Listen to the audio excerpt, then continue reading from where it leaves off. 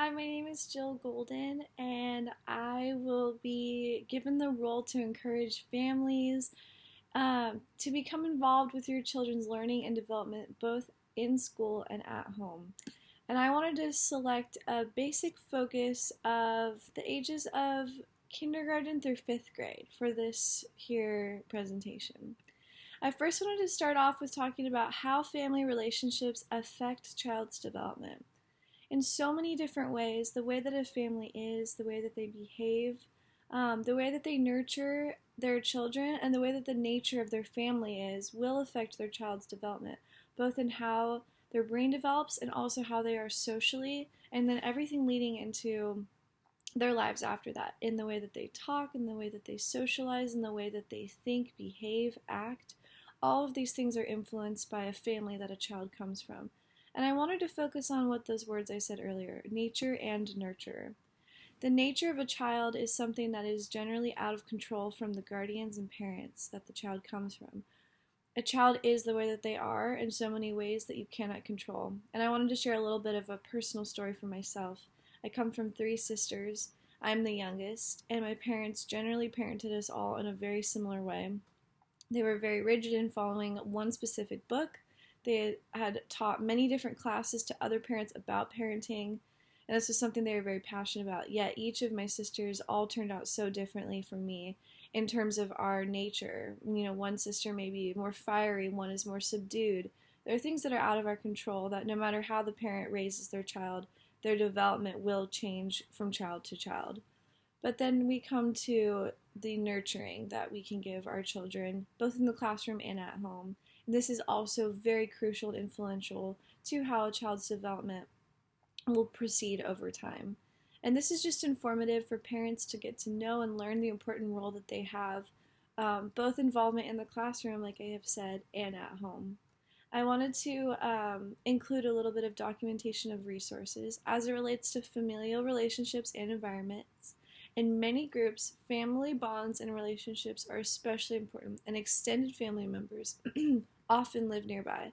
Students growing up in these cultures are likely to feel responsibility for their family's well-being, to have a strong sense of loyalty to all their family members, and go to great lengths to please their elders. From Ormrod 2020. I wanted to include this little snippet of information as it relates to the nature and nurture of children, and that having family around creates a culture and an atmosphere of confidence and security. I now wanted to talk about how culture and community affect a child's development. Having integrity in inclusion is so key to including all different cultures in the classroom. You will have children from all different backgrounds, and you cannot have a one-size-fits-all cookie cutter markup to do with this area.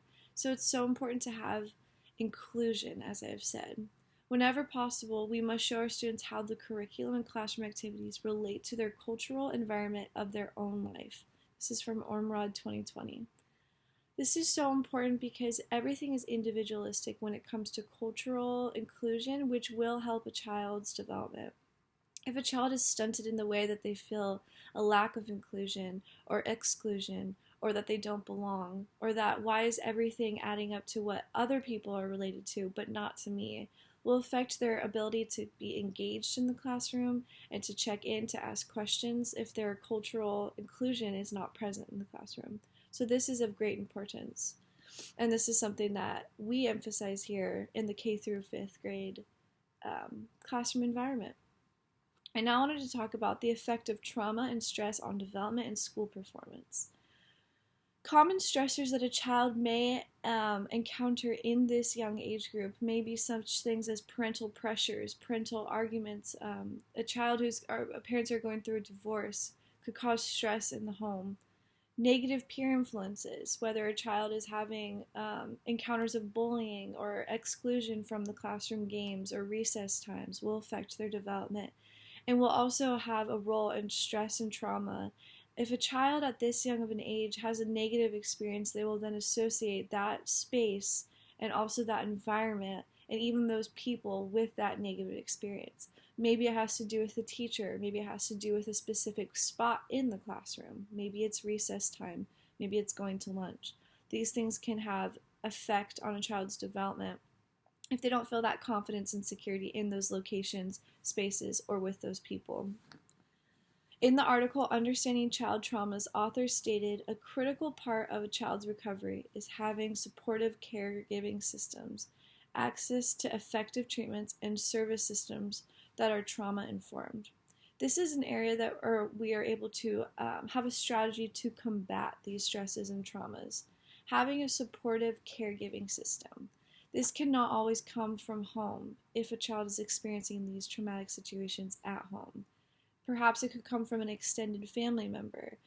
Perhaps it could come from a teacher informing the parent that the child is undergoing cases of these traumas and stresses, or that their behaviors are exhibiting that such thing.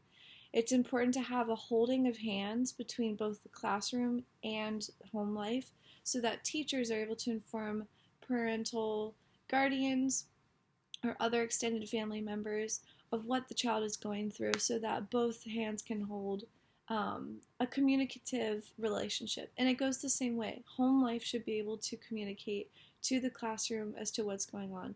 And to provide that really supportive caregiving system, this can also come through after-school programs, through one-on-one meetings with teachers, through peer small groups, through inclusion. All of these things can help support not only a child's development, but the combating and a strategy to care for them in those stresses and traumas.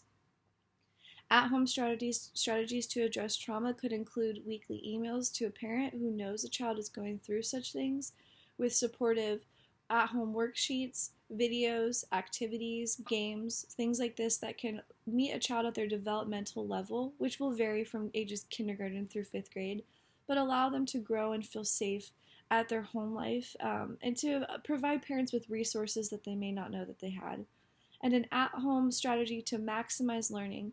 I believe this can come through strategies of minimizing technology time at home to allow a child to focus, recenter, and pour themselves into their at-home work, or just additional studying, or even just time in quiet apart from school time to home time.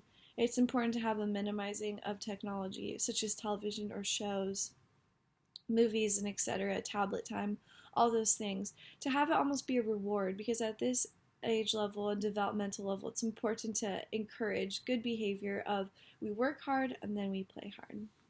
Thank you very much for listening to my informative video.